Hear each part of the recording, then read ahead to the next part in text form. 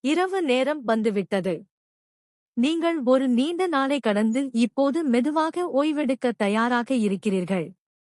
உங்கள் கண்கள் சோர்வாக உள்ளன. மூச்சு மெதுவாக ஓடுகிறது.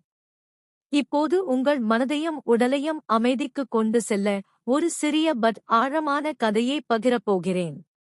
இது ஒரு விவசாயியின் அமைதியான வாழ்க்கையும் அவரின் குதிரையும் வாழ்க்கையின் மாறுபட்ட தருணங்களையும் பற்றிய கதை.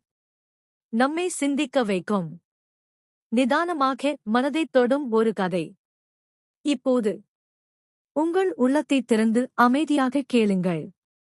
ஒரு காலத்தில் ஒரு சிறிய, அமைதியான கிராமத்தில் ஒரு தாழ்மையான விவசாயி வாழ்ந்து வந்தார். அவர் தனது அயலவர்களால் தனது கடின உழைப்பு மற்றும் அமைதியான இயல்புக்காக அறியப்பட்டவர்.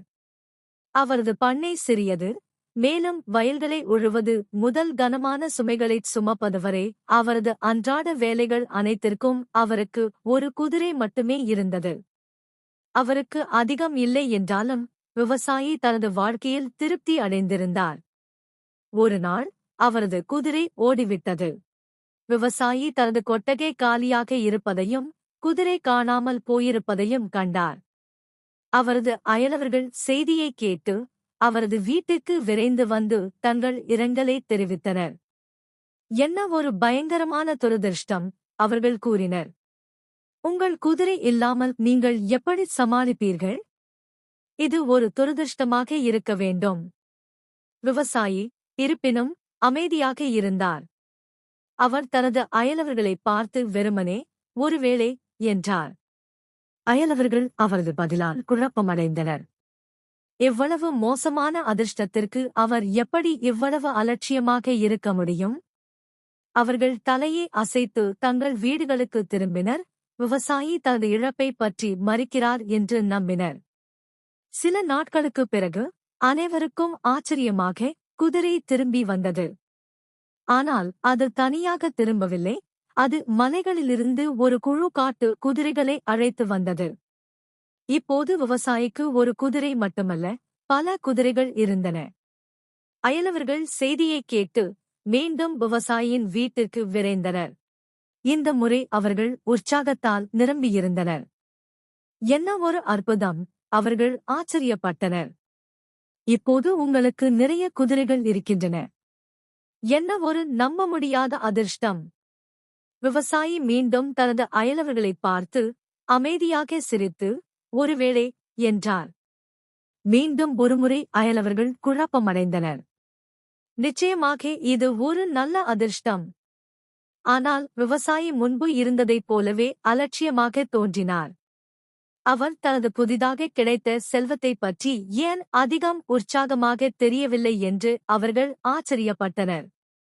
சில நாட்களுக்குப் பிறகு விவசாயியின் மகன் ஒரு காட்டு குதிரைகளில் ஒன்றை பழக்கப்படுத்த முயன்றான். குதிரையை ஓட்டிக் கொண்டிருந்தபோது அவன் கடுமையாக வீசி எறியப்பட்டு அவரது கால் உடைந்தது. காயம் தீவிரமானது. மேலும் மகன் நீண்ட காலமாக விவசாய வேலைகளில் உதவ முடியாது. விபத்தை பற்றி கேள்விப்பட்ட அயலவர்கள் மீண்டும் விவசாயியின் வீட்டிற்கு வந்தனர். இந்த முறை அவர்கள் அனுதாபத்தால் நிரம்பியிருந்தனர்.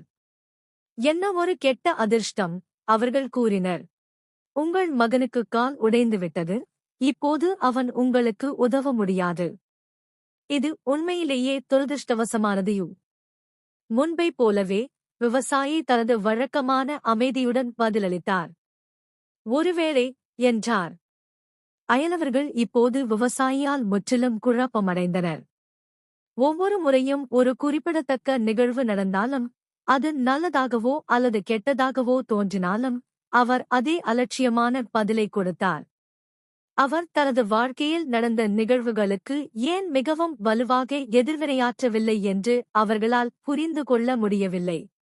சில வாரங்களுக்குப் பிறகு நாடு குழப்பத்தில் ஆழ்ந்தது. ஒரு போர் வெடித்தது. மேலும் இளம் வீரர்களை இராணுவத்தில் சேர்க்க வீரர்கள் கிராமத்திற்கு வந்தனர். கிராமத்தின் பல மகன்கள் போரில் சண்டையிட அழைத்துச் செல்லப்பட்டனர். ஆனால் விவசாயியின் மகனுக்கு கால் உடைந்ததால் அவர் இராணுவத்தில் சேர்க்கப்படவில்லை. மேலும் தனது தந்தையுடன் வீட்டிலேயே தங்கினார். மீண்டும் ஒருமுறை அயலவர்கள் விவசாயியை சந்தித்தனர். நீங்கள் எவ்வளவு அதிர்ஷ்டசாலி, அவர்கள் கூறினர். உங்கள் மகனின் காயத்தால் அவன் போரிலிருந்து தப்பிக் கொண்டான். என்ன ஒரு அற்புதமான அதிர்ஷ்டம்! மீண்டும் ஒருமுறை விவசாயி பதிலளித்தார். ஒருவேளையும். பாடம்: விவசாயியும் குதிரையும் என்ற கதை வாழ்க்கையில் நடக்கும் நிகழ்வுகளின் தன்மை மற்றும் அவற்றை நாம் எவ்வாறு உணர்கிறோம் என்பது பற்றிய ஒரு ஆழமான பாடத்தை கற்பிக்கிறது. துரதிர்ஷ்டம் போல் தோன்றுவது ஒரு வரமாக மாறலாம், மேலும் நல்ல அதிர்ஷ்டம் போல் தோன்றுவது எதிர்பாராத சிரமங்களுக்கு வழிவகுக்கும். விவசாயியின் அமைதியான மற்றும் அளவான பதில் ஒருவேளை என்பது வாழ்க்கை கணிக்க முடியாதது என்பதையும், நிகழ்வுகளை நல்லதாகவோ அல்லது கெட்டதாகவோ உடனடியாக மதிப்பிடுவது சாத்தியமற்றது என்பதையும் அவர் புரிந்து கொண்டதை காட்டுகிறது. விவசாயியின் ஞானம் வாழ்க்கையின் நிகழ்வுகளின் விளைவுகளிலிருந்து தன்னை விலக்கி வைத்துக் கொள்ளும் திறனில் உள்ளது. அவர் கொண்டாடுவதும் இல்லை, வருத்தப்படுவதும் இல்லை, ஏனெனில் சூழ்நிலைகள் தொடர்ந்து மாறிக்கொண்டே இருக்கின்றன என்பதை அவர் புரிந்து கொள்கிறார். இன்று ஒரு வரமாகத் தோன்றுவது நாளை சவால்களை கொண்டு வரலாம், மேலும் இன்று ஒரு இழப்பு போல் தோன்றுவது எதிர்காலத்தில் எதிர்பாராத நன்மைகளுக்கு வழிவகுக்கும். இந்தக் கதை ஏற்றுக்கொள்ளல் மற்றும் பற்றின்மையுடன் வாழ்க்கையை அணுக நம்மை ஊக்குவிக்கிறது. நிகழ்வுகளை நல்லதாகவோ அல்லது கெட்டதாகவோ முத்திரை குத்துவதில் சிக்கிக் கொள்வதற்கு பதிலாக, வாழ்க்கையின் திருப்பங்களும் பெரும்பாலும் நமது கட்டுப்பாட்டிற்கு அப்பாற்பட்டவை என்பதை அறிந்து, ஒரு சமநிலையான கண்ணோட்டத்தை நாம் பராமரிக்க முடியும். அவ்வாறு செய்வதன் மூலம் நாம் எதிர்கொள்ளும் சூழ்நிலைகள் எதுவாக இருந்தாலும் அமைதியையும் சமநிலையையும் கண்டறிய முடியும்.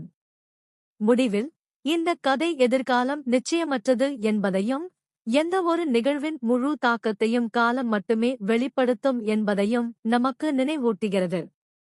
விவசாயியின் மனப்பான்மை வாழ்க்கையின் ஏற்ற தாழ்வுகளை பொறுமையுடனும் மன அமைதியுடனும் ஏற்றுக்கொள்ளவும், வரும் அனைத்தையும் திறந்த மனதுடன் மற்றும் மனதுடன் எதிர்கொள்ளவும் நமக்கு கற்பிக்கிறது.